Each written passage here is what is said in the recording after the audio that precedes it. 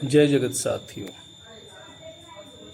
नई आवृत्ति की प्रस्तावना, सिद्धांत की मर्यादा। अध्यापक कोल ने नीचे की उलझन सामने रखी है।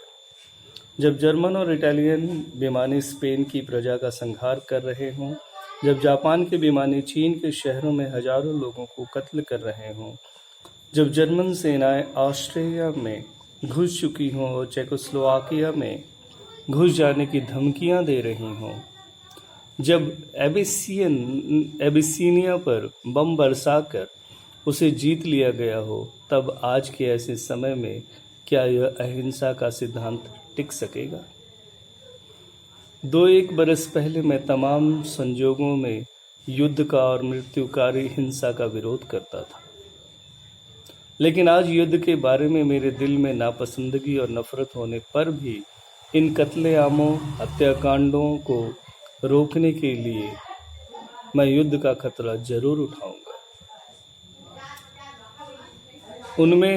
उनके मन में एक दूसरे के विरोधी ये विचार कैसा सख्त संघर्ष मचा रहे हैं, यह नीचे की स्तरों से जाहिर होता है। वे कहते हैं, ये जो विचार हैं ये मिस्टर कोल के विचार हैं, जो कि अध्यापक हैं। उन्होंने गांधी जी के हिंद स्वराज और अहिंसा के सिद्धांत पर अपने विचार रखे हैं। मैं युद्ध का खतरा जरूर उठाऊंगा, परंतु अभी भी मेरा वह दूसरा व्यक्तित्व इंसान की हत्या करने के विचार से घबरा कर, चोट खाकर पीछे हटता है।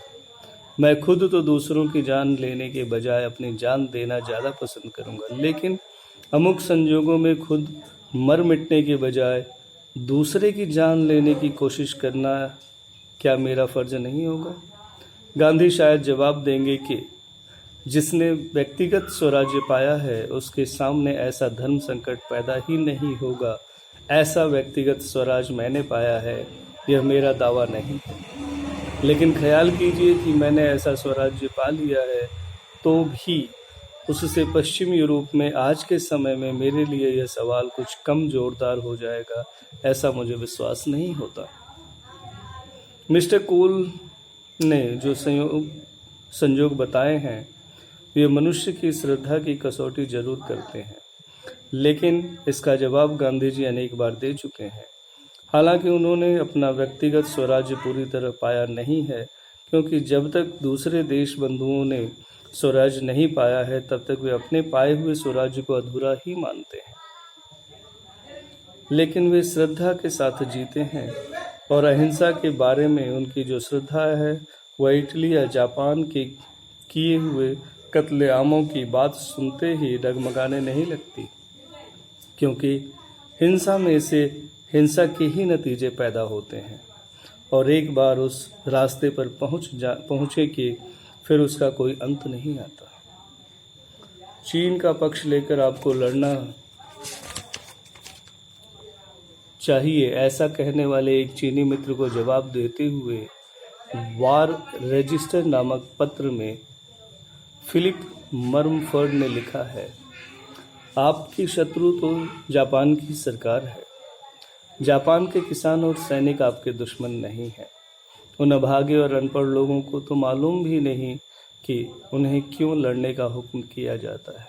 फिर भी अगर आप अपने देश के बचाव के लिए मौजूदा लश्करी तरीकों का प्रयोग करेंगे, तो आपको इन बेकसूर लोगों को ही, जो आपके सच्चे दुश्मन नहीं हैं, उन्हीं को मारना पड़ेगा। अहिंसा की जो रीत गांधी जी ने हिंदुस्तान में आजमाई, उसी के जरिए अगर चीन अपनी रक्षा करने की कोशिश करेगा, और गांधी जी की वह रीत चीन के महान धर्म गुरुओं के उपदेश से बहुत ज़्यादा मेल खाती है, तो मैं बेधड़क कहूँगा कि यूरोप के शस्त्र युद्ध की रीति की नकल करने की बजाय इस अहिंसा की रीति से उसे बहुत ज़्यादा सफलता मिलेगी। चीन की जनता, जो जगत की सबसे ज़्यादा शांति प्रिय प्रजा है, जगत की किसी भी लड़ाकू प्रजा के बनिस्बत ज़्यादा लंबे अरसे तक अपने को और अपनी संस्कृति को कायम रख सकी है। यह हकीकत ही मानव जाति के लिए एक सबक है। जो शूरवीर चीनी अपने देश के बचाव के लिए लड़ रहे हैं, उनके लिए हमें आदर नहीं है, ऐसा आप न माने। हम उनके त्याग और बलिदान की भारी कदर करते हैं और समझते हैं कि वे हमसे भिन्न सिद्धांतों में मानने वाले हैं। फिर भी हम तो मानते हैं कि हिंसा सब संजोगों में बुरी है और उसमें से अच्छे फल निकालना असंभव है। अहिंसा का पालन आपको तमाम दुखों से उबार तो नहीं लेगा, लेकिन मैं मानता हूँ कि आपके सब शस्त्र, अस्त्रों और लश्करों के बनिस्पत अहिंसा एक अरसे के बाद आपकी भावी विजेता के खिलाफ ज़्यादा असरकारक साबित होगी।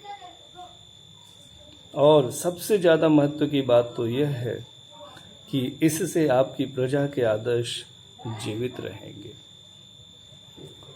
बहुत महत्वपूर्ण बात कही गई है अहिंसा को लेकर। इस तरह के कुछ भ्रम हमारे मित्रों, हमारे साथियों में भी रहते हैं। हिंसा से कोई अच्छा फल निकलने की संभावना कभी नहीं रही है, न कभी हो पाएगी।